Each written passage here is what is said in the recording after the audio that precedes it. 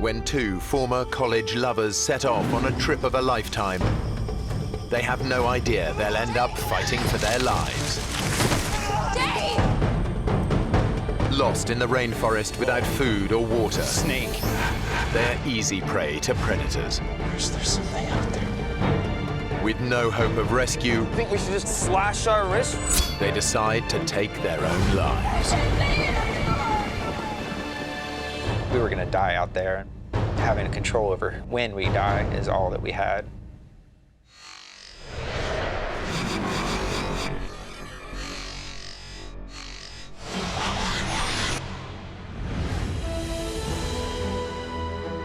The Amazon rainforest in Brazil. It's one of the last great wilderness areas, home to the largest variety of insects, birds, and mammals in the world.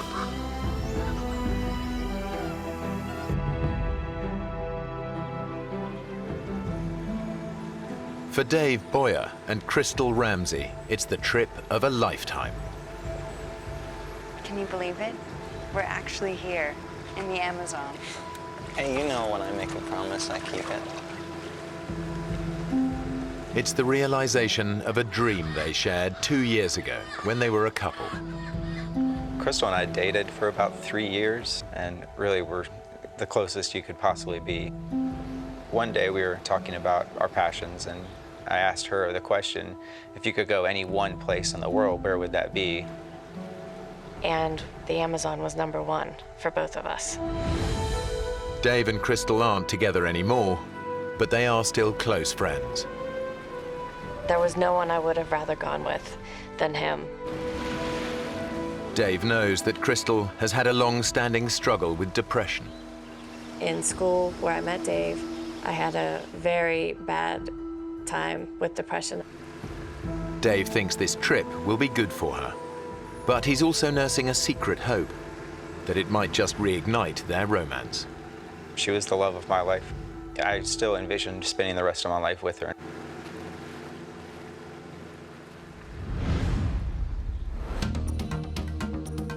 They've traveled almost 200 miles south from the Brazilian city of Manaus to one of the Amazon's remotest backwaters. They plan to spend 2 months exploring the region. Their base, a small lodge in the heart of the rainforest. Around it is a network of clearly marked forest trails. Dave and Crystal spend their first 2 days checking out the shorter ones. Then they decide they're ready to take on the longest. It's known as the White Trail, and it stretches 3 miles deep into virgin rainforest.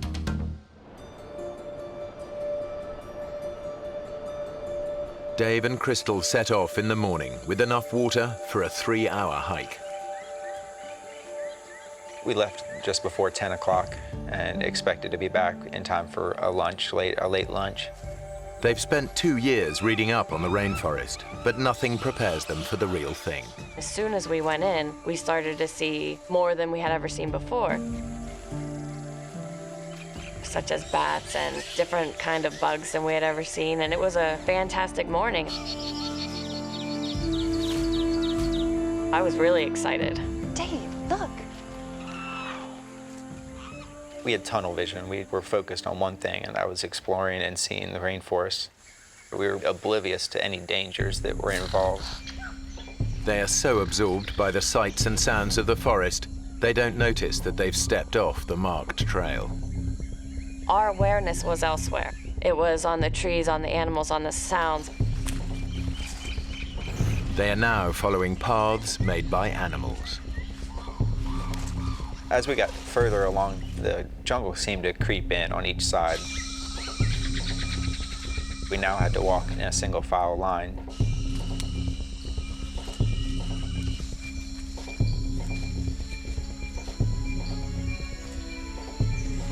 Then the path completely disappears. For the first time, they realize they're no longer on the trail. That's when I didn't know what to do.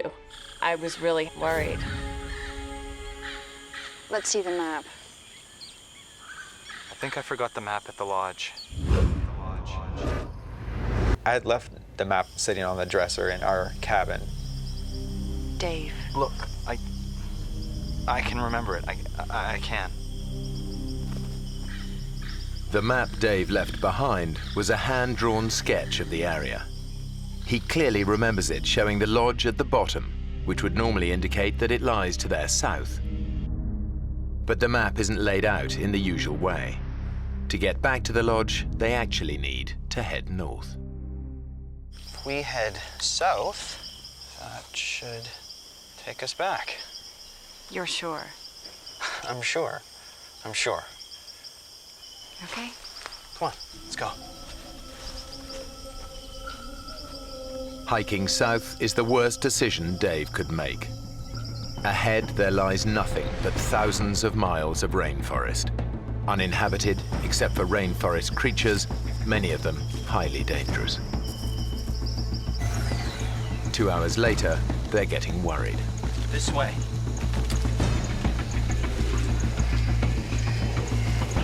We had been walking far longer than we should have been. We should have been back by then. There's not much daylight left. It will soon be nightfall. I'm not going to stay out in the forest. I can't let this happen. We have to find our way back before it gets dark. I knew that once it got dark, we weren't going to be able to continue.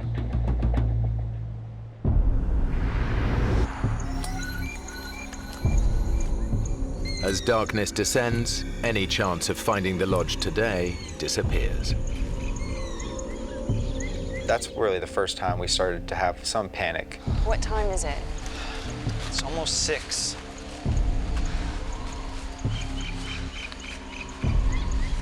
We should be back by now. If we'd been walking in the right direction for this long, we would have... I know.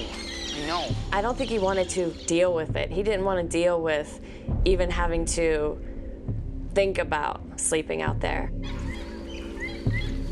I was frustrated at myself. I felt responsible for getting us lost and felt responsible for finding the way back. Crystal, you know what I'm thinking? We're gonna have to spend the night here. Yeah. We just picked a spot to stay, a cleared area, and we just sat down to wait out the night. Chris, I am so sorry about this. It's okay. You buy me a beer when we get back, and we'll call it even. Okay? Okay. But they both know how vulnerable they really are. The rainforest is teeming with nocturnal predators. A lot of the poisonous snakes, they wander through the forest at night. The jaguar comes out at night. You don't have a lot of choices of protection. Dave and Crystal share a single thought. Can they make it through the night alive? Chris, there's something out there. The Amazon at night is a terrifying place to be. Dave and Crystal are totally defenseless, with no way to protect themselves from predators.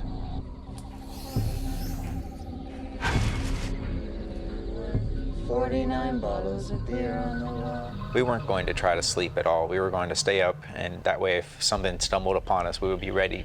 49 bottles of beer. Take one.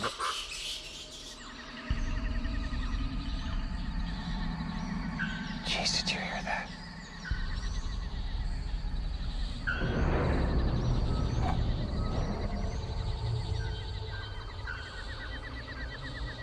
Chris, there's something out there.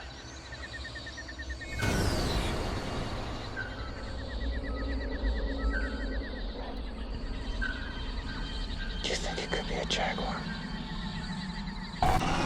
The Amazonian jaguar stalks its prey under the cover of darkness. It can kill with a single crushing bite to the head.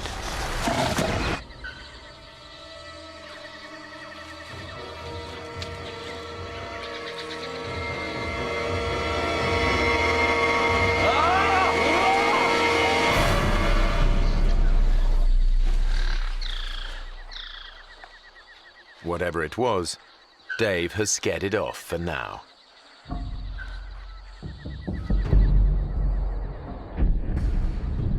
They spend a sleepless night, alert to every tiny sound.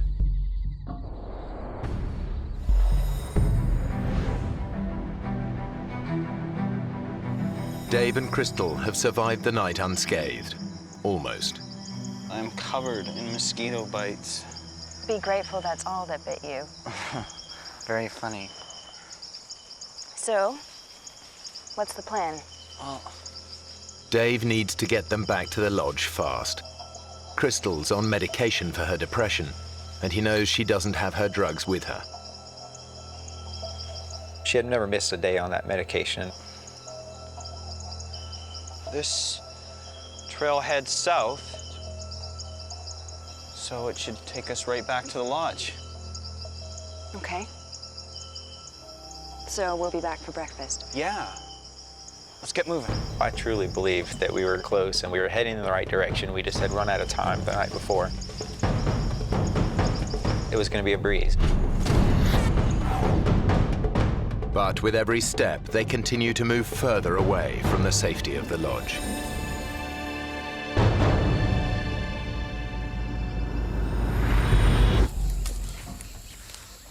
Four hours later, the temperature in the forest has soared.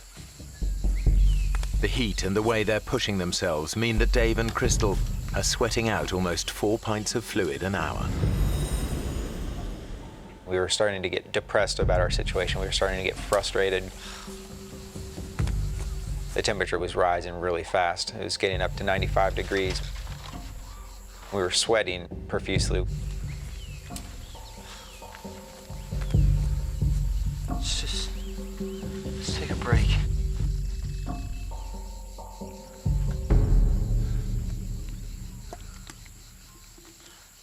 Dave, I'm out of water. When I realized that we were out of water and it was hot and it was 10 o'clock, I really started to realize things weren't just going to be okay. We knew that we were losing water so quickly and things were not going to function right. Our brain was going to start to trick us and our body was going to give out eventually. There's got to be something around here. The irony is that the Amazon basin is one of the wettest places on Earth. Over 9 inches of rain can fall in a single month, leaving puddles of water everywhere. But they face an agonizing dilemma. I didn't know what to do. Should we drink water and possibly get very sick, or risk getting very sick from dehydration? I have an idea.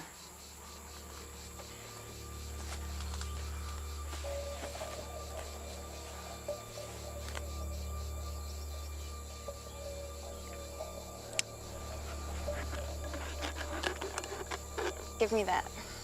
My plan was to use my sports bra as a filter. Okay. Now I want you to pour that through the top here. Crystal's bra could actually filter out a number of nasty parasites. But it won't get rid of smaller microorganisms that could make them dangerously ill. Okay. Bottoms up.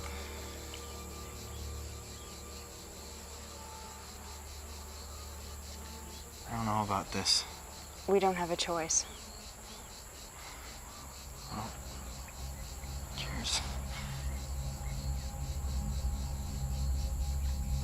I took a small sip and kind of let it sit in my mouth for a second to taste it. Tastes okay. Kind of chalky. We were both worried about drinking water, but in the end, when it's 95 degrees and you're sweating like that, it's going to be more painful not to drink it. Rehydrated, Dave and Crystal pick up the pace. But they must stay constantly on guard. The forest is alive with creatures that could kill them with a single bite.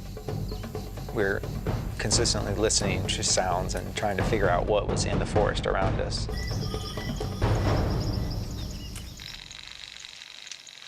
I didn't want to touch a branch that we didn't know what was on that branch. We wanted to watch our steps.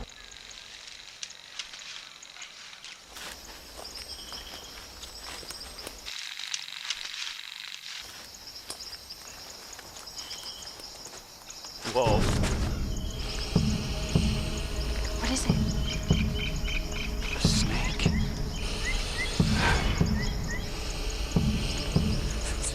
Let's go another way. They're lucky. A few more steps and they could have trodden on the snake. The Amazon basin is home to some of the most poisonous snakes in the world. One bite could mean a slow and agonizing death.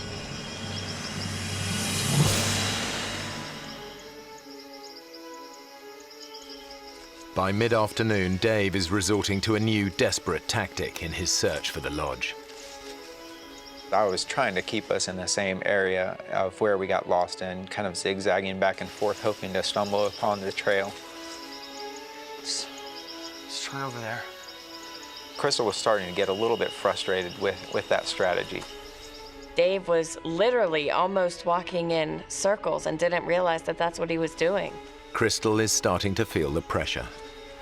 My brain was saying, things are going downhill. Now, which way are we going? East. East. 20 minutes ago, we were going south. Yeah, well, we've got to try all directions.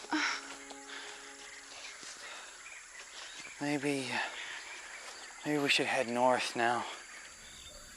Dave, this is crazy. I can't stand to listen to you talk about directions you know nothing about. You don't know where we're going, and all we're doing is walking around in circles. Dave had kept coming up with a different strategy every few hours whenever one didn't work. And that wasn't working for me. We need to rethink this. All right, then. Well, what do you think? I thought we needed to come up with a strategy and continue using it until the end. That way. Okay. What neither of them realize is the only direction that can help them is north. We chose southeast. We will walk in this one direction for as long as it takes. If it takes us 40 days to get out of here, we're gonna walk southeast. Hours later, and the jungle is just getting denser. We were getting down. We were getting scared and worried.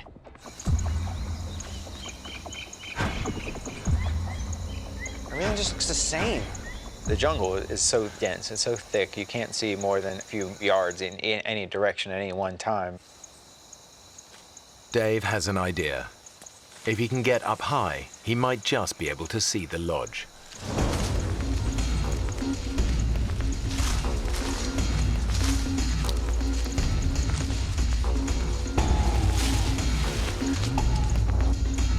The knots in the vine were ripping at my hands and it was hurting me. My arms were tired, I was exhausted.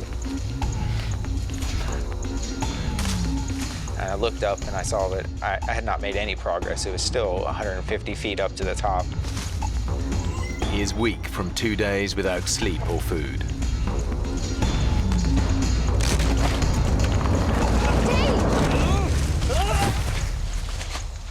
Are you okay? Did you see anything? Yeah. Rainforest. Why is no one looking for us? In fact, people are looking for them. But the search is focused around the White Trail. And that's now a very distant and dense 7 miles away.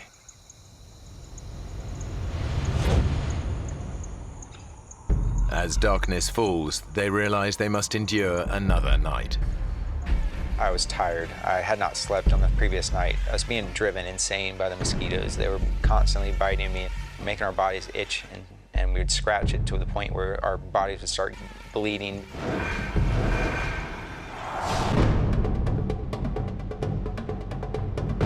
The next day, they're still heading in the wrong direction, getting even further away from the area where rescuers are searching for them.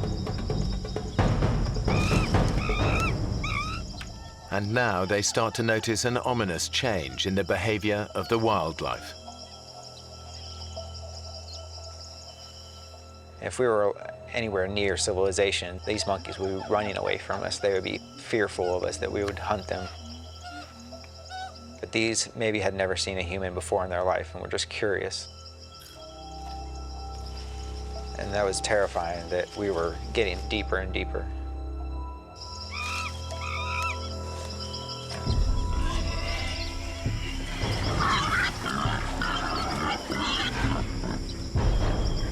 What is it?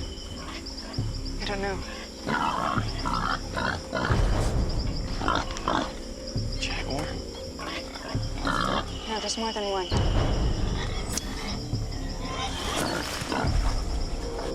They've stumbled on a pack of wild Amazonian pigs. Dave knows how ferocious they can be. The locals have said that they're really the most dangerous thing to encounter in the forest, other than a snake. They're aggressive. If wild boars got a hold of you, it'd probably knock you to the ground quickly, and then you would have several animals on top of you biting and really just eating and going to work. The way to avoid any confrontation is to let them know that you are different, that you are not something that's in their normal habitat.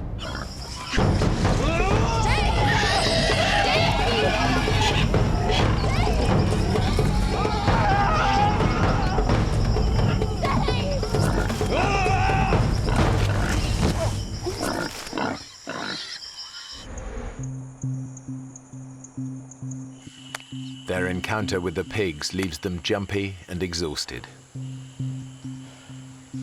Crystal's feet are badly blistered, and she's been without her antidepressants for 3 days now. Her depression could return at any time. I can't go on much further, Dave. I'm tired. And my foot. We'll get out of this ravine and we can make camp. I thought that it would be nice, it might even be comforting if we had some type of shelter. So we came up with the idea of making a teepee.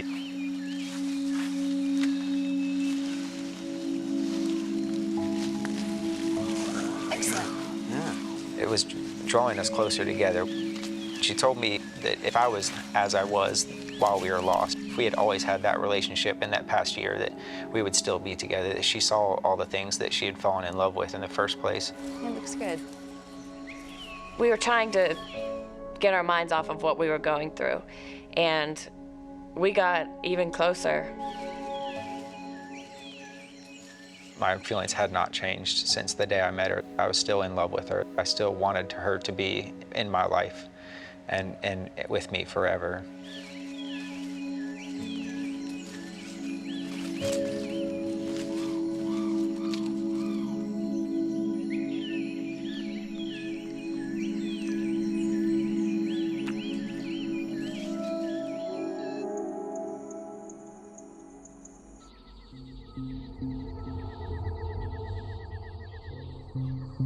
Night falls, and with it comes the nocturnal predator their shelter can't protect them from. Mosquitoes.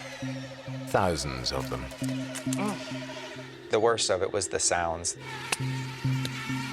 It's just this loud buzzing throughout the night, and you feel like they're everywhere. They would give me mosquito bites on my eyelids if I had my eyes closed, or on my forehead that were just driving me insane. Sleep was increasingly becoming more and more of an issue, and I knew that eventually I'm going to have sleep. I can't go multiple days without sleep. It's going to drive me insane. In a bid to escape the mosquito onslaught, they come up with a bizarre plan.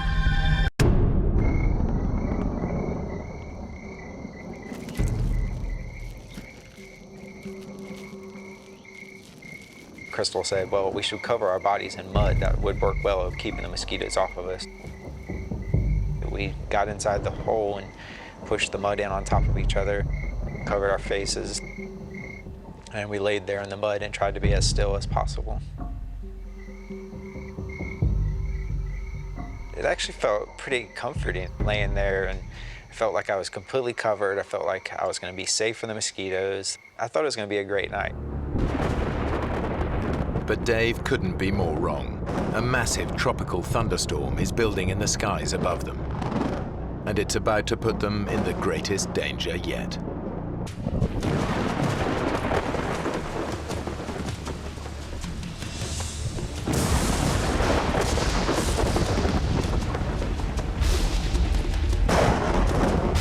Within a few minutes, we were forced out of our hole. We would have drowned there. They've never experienced anything like it.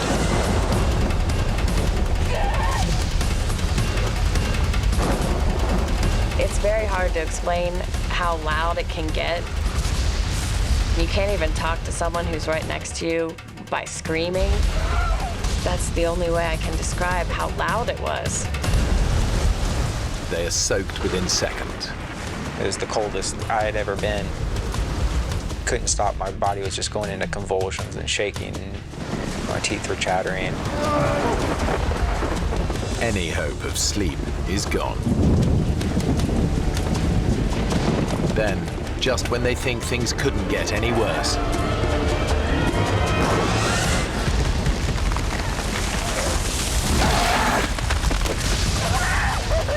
lightning brings down a huge tree dangerously close to them. If it had landed on us, we surely would have died in that. The storm has shaken Crystal to the core.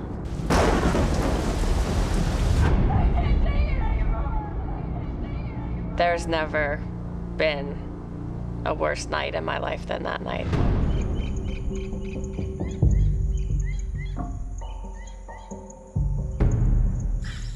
Their terrible night leaves both of them exhausted and miserable. But it's pushed Crystal close to the edge.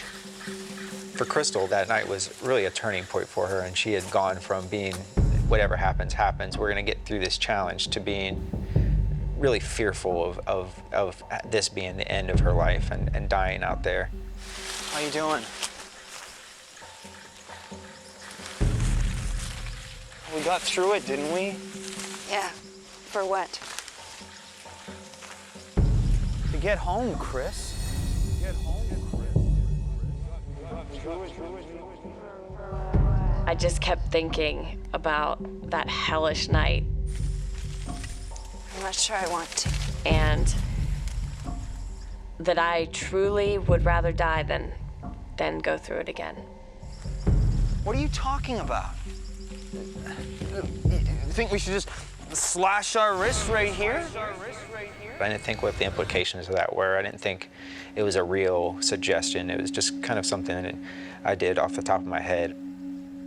That sparked an interest in me that suicide was a possibility and it was a way out. Dave realizes that if they don't find a way out soon, Crystal's suicidal thoughts could become a reality.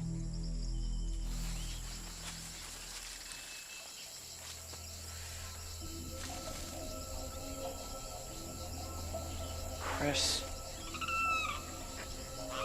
Her brain was going through some nasty stuff, and she was feeling the effects of that physically and emotionally.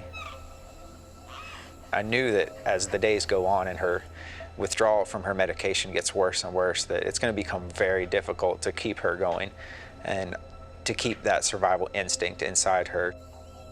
I was so overwhelmed and so frustrated and so confused that I felt crazy. I felt like I was gonna lose it. Dave, where's the knife? It's here. I want to see it. Chris, you're really freaking me out with this. I want to see it.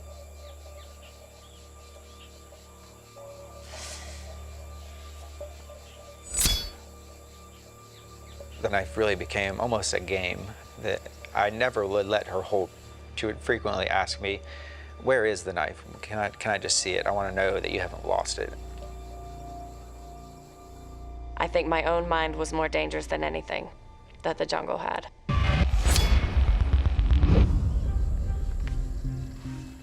All I had was a companion, and she was what kept me going. I needed her as much as she needed me to make it through this, and I could not drag her the entire time.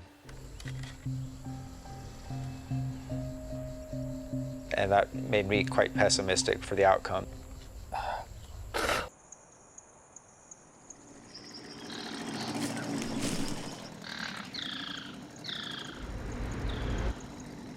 Then, after days of hearing nothing but the sounds of the rainforest, Do you hear that? What? Come on. Come on! Sounds like a boat! Come on! I was saying, come on, Crystal, this is it. We're rescued. Hey, we're over here! There's a boat really close. I can hear it. We're over here! This is over. Hey! Like, just so happy, cheering to each other. Yeah, here! Hey! Hey! We're here! Oh. Do you hear anything? Then it was nothing. after 3 nights without sleep, Dave's senses are starting to play tricks on him. The sound in the jungle can't be trusted.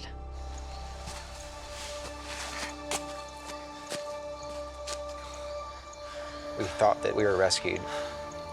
To have that taken away from us and our hopes just ripped from our hearts, it just killed us.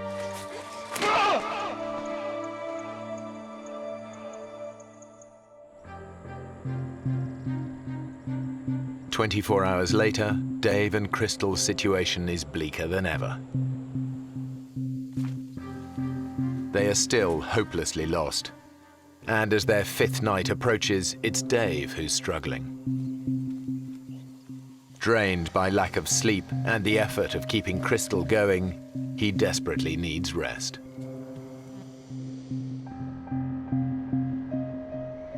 Dave was exhausted. I was very worried about him, but there was nothing I could do to make him sleep.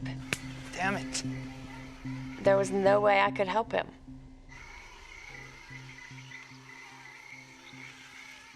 As Crystal sleeps, Dave is once again tormented by mosquitoes.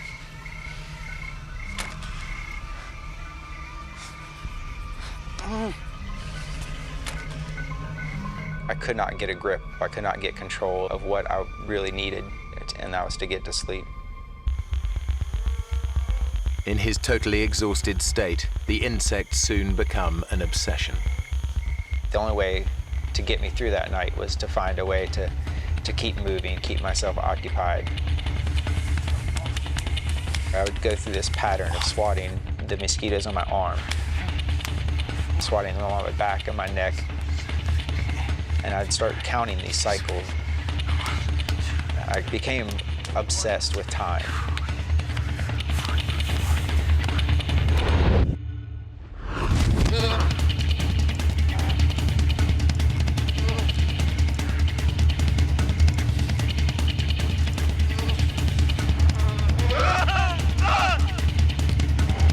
Sleep deprivation is taking its toll. Dave is beginning to lose his grip on reality.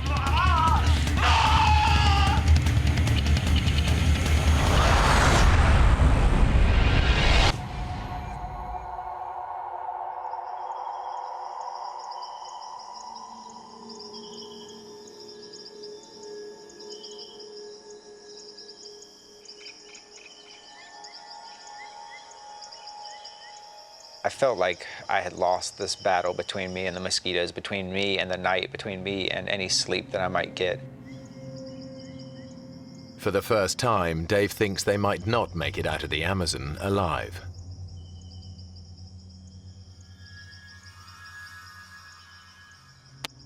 A horsefly came and bit me. I reached down and picked up the horsefly.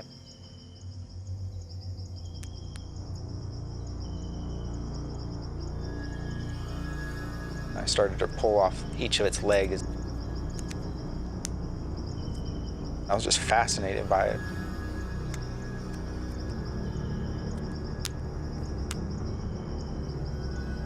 And it kind of led me to look over at Crystal and imagine our bodies laying there dead, and all the things that would come, take our bodies apart, eat from our flesh and drink from our blood.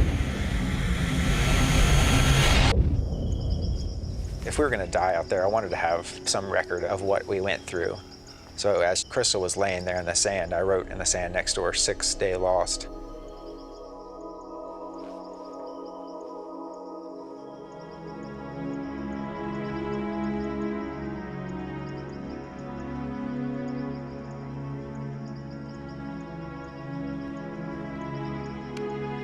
I wanted to document it as well as I could, so I'd snapped that picture,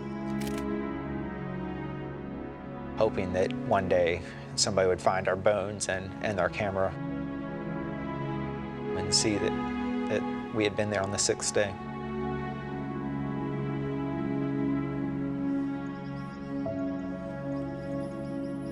That's when I started to think personally about my life. I did not have a close relationship with my family. I had never told my mother that I loved her. I had never told my family how much they meant to me. It was killing me, and I wasn't going to have that opportunity if I died out there.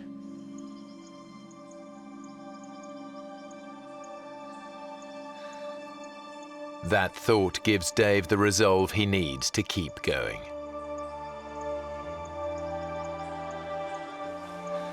Come on. Wake up, it's time. I don't want to leave. I don't want to move.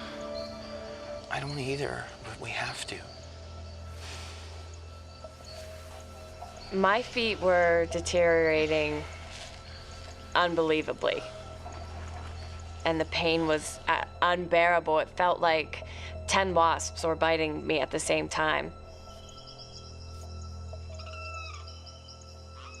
If we stay here, we die. It's as simple as that. Crystal finds the strength to give it one more try. Okay. Stand on it.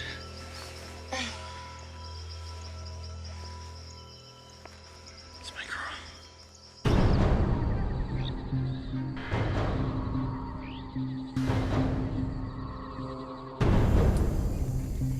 They push on.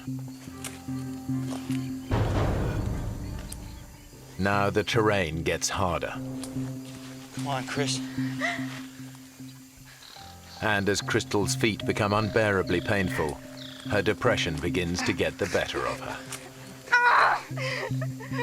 I couldn't walk anymore. I would try, and I would fall down.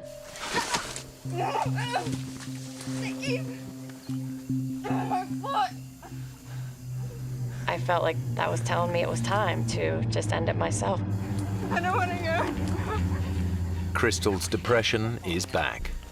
Now she can see only one way out of the nightmare. Ken, come on! I decided this is it. I can't keep going.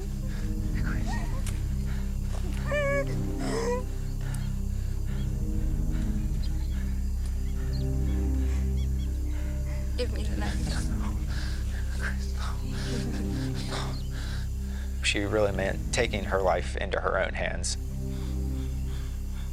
I'm gonna slash my wrists and take my life and put an end to this misery.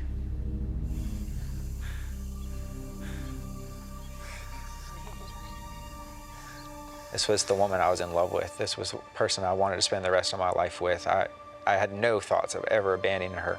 I'll make you a deal, okay? I'll make you a deal. I told her, you don't want to go through another night, I know that. And if it gets to be tonight and we have not made our way out, I will give you the knife. You gotta give me everything you got today. Crystal accepts Dave's deal. Everything you got today. If they aren't out of the forest by dusk, they will both kill themselves. We'll go together. I put a specific time frame on the rest of our life. We were either going to get out and live the rest of our life really happily, or that was going to be the end. Crystal can now see an end to her ordeal. Sit down. Sit down here. On here. Come on. She was like, what time is it? Is it nighttime? Is it getting close enough?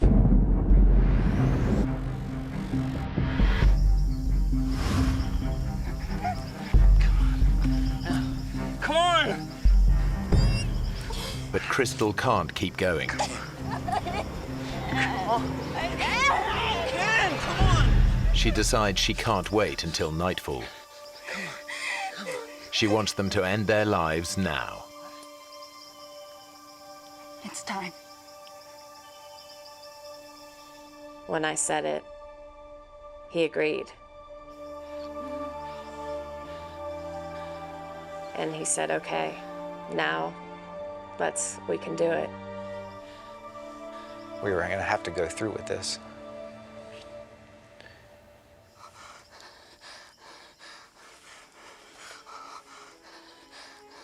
Dave's resigned to dying, but there's a bizarre thought he can't get out of his head. I wanted to wash the mud that was on my arms. I wanted to wash my face and have a clean body, a clean approach. If I was going to face a judgment, I needed to do it with a clean spirit as well as a clean body.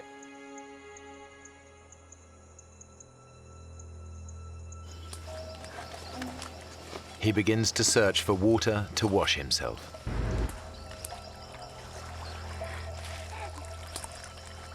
As we fought through some of the underbrush, when we got down there, there wasn't a creek, there wasn't a puddle. There was a flooded forest. Everywhere that we could see, there was water. It's a glimmer of hope, just enough to keep them going. This water's gotta lead somewhere. In the Amazon, rivers are like roads. If this water leads to a river, they might just spot a boat. They put aside thoughts of suicide. I got this surge of energy and some anger that made me want to fight through the water even more.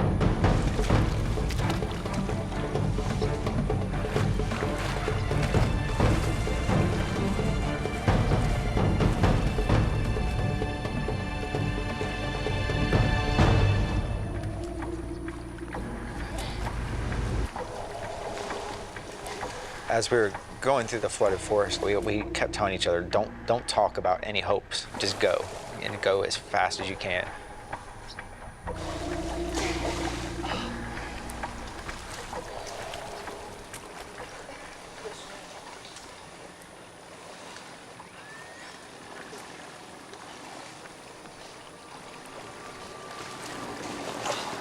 Dave, look! I thought to myself, I've got to be hallucinating. I said, David, am I really seeing that? You know, is that really real? And he said it was. Hey! Hey! Hey! Hey! He didn't wave back at us. It seemed like he was miles away. We immediately just started screaming, help, help, help, help me, please.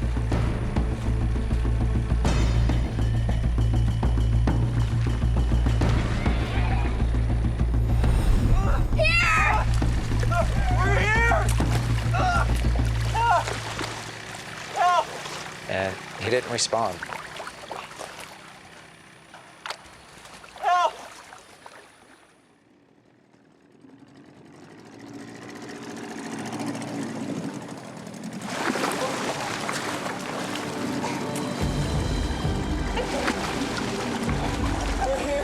We learned in one split second that we were gonna live.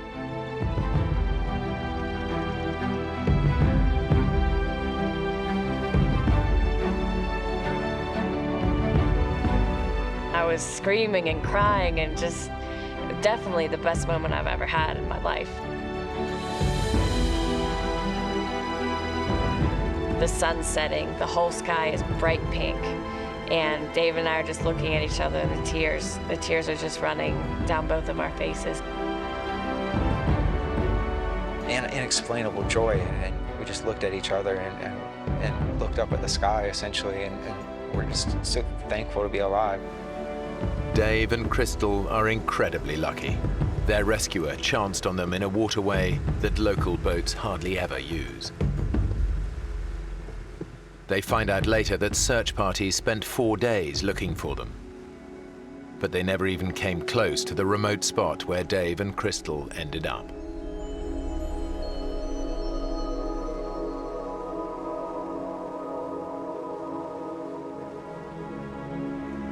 When we got out, we talked about, all the times that we had in the jungle and how we talked about getting married, but when we were finally saved and getting better, we realized that that isn't the thing that we're gonna do at this time. In the forest, we kind of had said, if we get out of this, we're going to live the rest of our lives together. And when the reality of being out was there, she did not feel that way. That was not what she wanted. And that was a bit of a disappointment to me. And that continued to be a disappointment for quite some time.